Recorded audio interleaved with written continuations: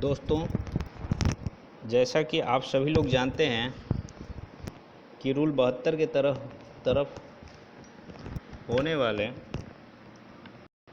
Exam में राजभाषा से भी कुछ प्रश्न आएंगे। इसलिए मैं राजभाषा से संबंधित कुछ प्रश्नों का संग्रह लाया हूं, जिसमें कुल 18 प्रश्न होंगे। आइए इन प्रश्नों को देखते हैं। प्रश्न संख्या 1 है, भारत संघ की राजभाषा किस लिपि में है? तो जैसा कि हम सभी लोग जानते हैं कि भारत संघ की राजभाषा हिंदी है, जो कि देवनागरी लिपि में है। तो भारत संघ की राजभाषा देवनागरी लिपि में है। आइए दूसरे प्रश्न को देखते हैं। संसद में संविधान भाग 17 किस तारीख को पारित हुआ? तो संविधान का भाग 17 14 सितंबर 1949 को पारित हुआ था और उसी समय संविधान सभा ने हिंदी को राजभाषा के रूप में स्वीकार किया। एक चीज़ है दोस्तों कि हम लोगों की हिंदी राष्ट्रभाषा नहीं है। अक्सर हम लोग ये भूल कर जाते हैं एग्ज़ाम में। हम लोग ये सोच बैठते हैं कि हिंदी हमारे देश की राष्ट्रभाषा है, लेकिन अभी तक हिंदी को राष्ट्रभाषा की उपाधि नहीं मिली है, राष्ट्रभाषा की मान्यता नहीं मिली है। अभी इसे राजभाषा ही बोला जाता है। संविधान सभा ने हिंदी को राजभाषा के रूप में स्वीकार किया। इसकी तारीख है 14/9 यानी कि 14 सितंबर 1949। दूसरा प्रश्न था। आइए अगले प्रश्न पे चलते हैं। तीसरा प्रश्न है, राजभाषा अधिनियम 1963 कब पारित हुआ? तो इसका उत्तर होगा कि 10/5/1963 को और राजभाषा नियम 17/3/1976 को। यानी कि अधिनियम कब पारित हुआ?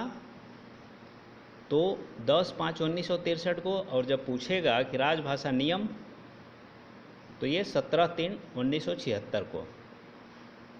चलिए चौथे प्रश्न पे चलते हैं। चौथा प्रश्न है, राजभाषा अधिनियम 1963 कब संशोधित हुआ? तो यह संशोधित हुआ 1967 में। अगला पांचवा प्रश्न है, राजभाषा नियम के अधीन वर्गीकृत 3 क्षेत्र क्या क्या हैं?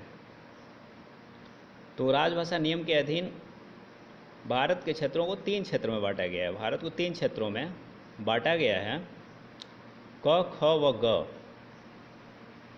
अगला प्रश्न है, प्रश्न संख्या 6, समूह क में कितने और कौन कौन से प्रदेश पड़ते हैं?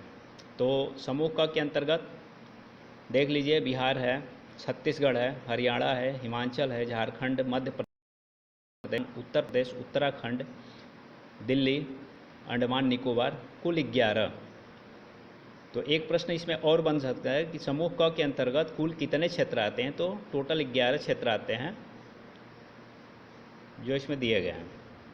अगला है प्रश्न संख्या 7, समूह ख में कितने और कौन कौन से प्रदेश पड़ते हैं? तो समूह ख में आपके गुजरात, महाराष्ट्र, पंजाब, चंडीगढ़, दमन व दीव, दादरा नागर हवेली पड़ते हैं। ये प्रश्न संख्या 7। अगले प्रश्न पे चलते हैं। अगला प्रश्न संख्या 8 है, समूह ग में कितने और कौन कौन से प्रदेश पड़ते हैं? तो समूह ग में केवल 2 प्रदेश हैं, असम और कोलकाता। इसको संख्या 9 को VVIP लगाइएगा, क्योंकि ये प्रश्न हम सबको इसका उत्तर पता होना चाहिए। प्रत्येक वर्ष हिंदी दिवस कब मनाया जाता है? तो प्रत्येक वर्ष हिंदी दिवस 14 सितंबर को मनाया जाता है। ये वेरी वेरी इम्पॉर्टेंट है। तो 14 सितंबर को हिंदी दिवस मनाया जाता है। चलिए अगला प्रश्न है, राजभाषा नियम के अनुसार अंडमान व निकोबार द्वीप समूह किस क्षेत्र में आता है? तो समूह क में आता है। अगला 11 नंबर है, राज्य क्षेत्र का है, चंडीगढ़ संघ राज्य क्षेत्र है। अगला प्रश्न है प्रश्न संख्या 12, अरुणाचल प्रदेश की राजधानी क्या है? तो अरुणाचल प्रदेश की राजधानी नहीं, सॉरी, अरुणाचल प्रदेश की राजभाषा क्या है? तो अरुणाचल प्रदेश की राजभाषा अंग्रेजी है। 13 नंबर प्रश्न है, हिंदीतर भाषी क्षेत्रों के निवासियों को दिए गए आश्वासनों को कानूनी रूप देने के लिए पारित अधिनियम क्या है? तो पारित अधिनियम है राजभाषा संशोधित अधिनियम 1967। अगला 14 नंबर प्रश्न है, राजभाषा अधिनियम की धारा 3 का क्लॉज 3 कब से प्रवृत्त हुआ? तो 26 जनवरी 1965 को। तो इसके अंतर्गत आने वाले कागजात द्विभाषी हिंदी एवं अंग्रेजी दोनों में जारी किए जाएंगे। राजभाषा अधिनियम 15 नंबर है, राजभाषा अधिनियम 1963 की धारा 4 किससे संबंधित है? तो राजभाषा अधिनियम की धारा 4 संबंधित है संसदीय राजभाषा समिति के गठन से संबंधित। अगर आपसे पूछा जाए कि संसदीय राजभाषा समिति का गठन किस धारा से संबंधित है, तो आप धारा 4 बताएंगे।